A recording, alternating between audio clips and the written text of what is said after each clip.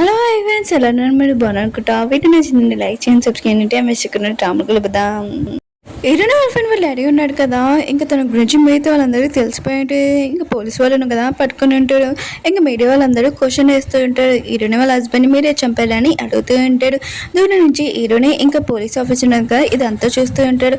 News అంతా దీని గురించి మాట్లాడుతూ ఉంటాడు. హీరోయిన్ ఫ్రెండ్ కూడా ఇదంతా న్యూస్ చూసి ఉంటుంది వాళ్ళ డాడీ గురించి.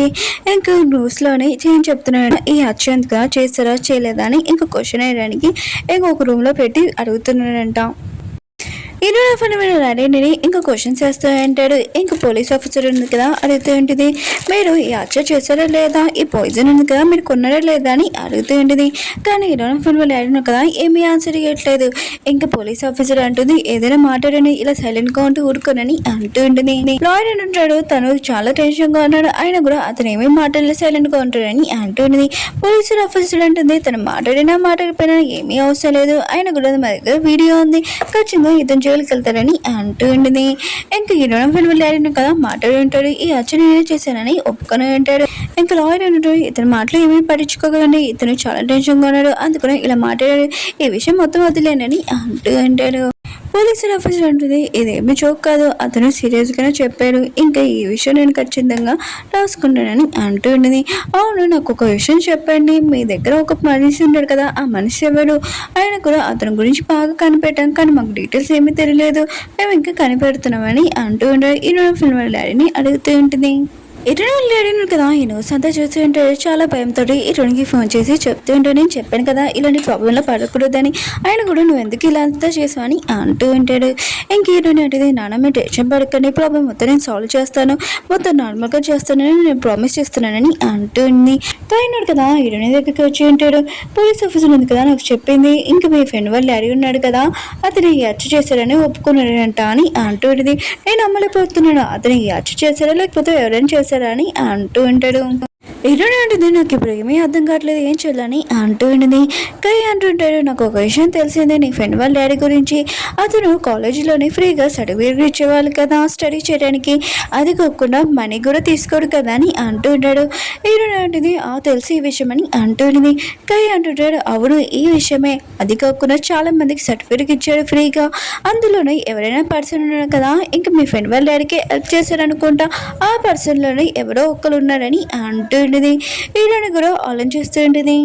హీరోయిన్ ఫ్రెండ్ చూపిస్తూ ఉంటాడు, తను వాళ్ళ డాడీ సర్టిఫికేట్ ఇచ్చుంటాడు కదా కాలేజీలోని, ఇంకా వాళ్ళందరివి ఫోటోలు చూస్తూ ఉంటుంది. అప్పుడే తను ఒక సీట్లో కూర్చొని ఉంటుంది. అక్కడికి ఒక పర్సన్ వచ్చి ఉంటాడు.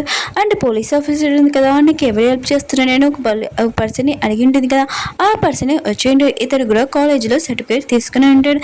ఇంకా ఎక్కువగా హెల్ప్ చేస్తుంటాడు హీరోయిన్ ఫ్రెండ్ వాళ్ళ డాడీకి.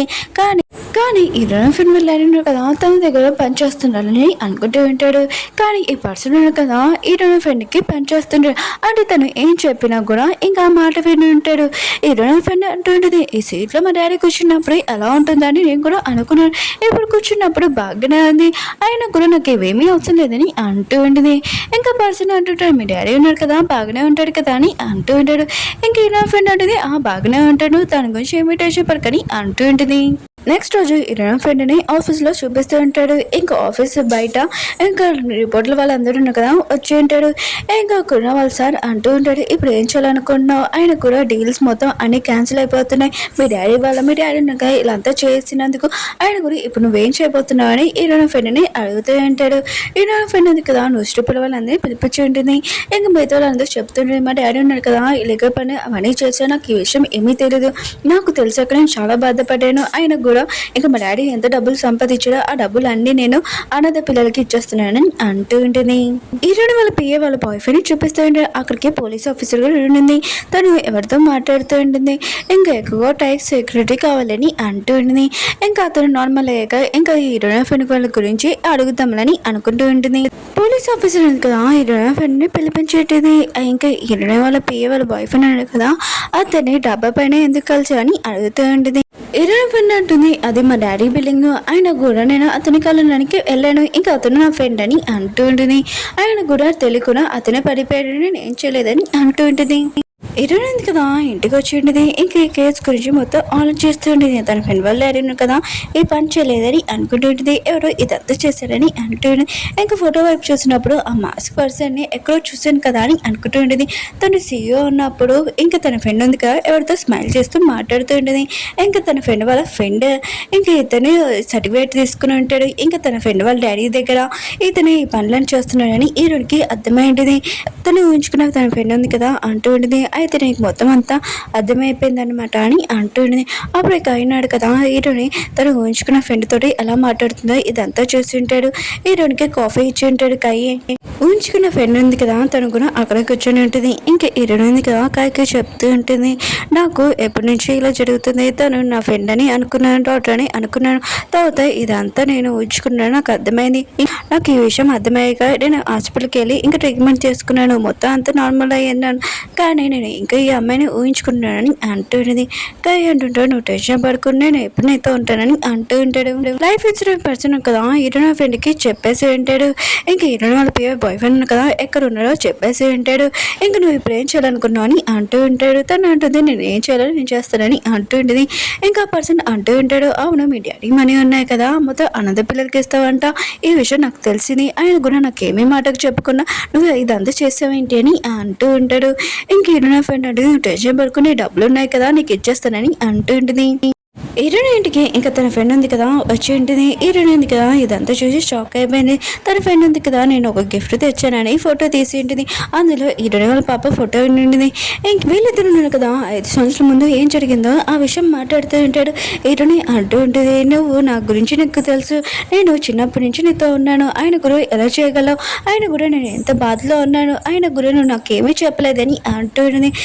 హీరోయిన్ ఫ్రెండ్ అంటుంది నేను కూడా బాధలో ఉన్నాను, నేను కూడా చెప్పాలనుకున్నానని అంటూ ఉంటుంది.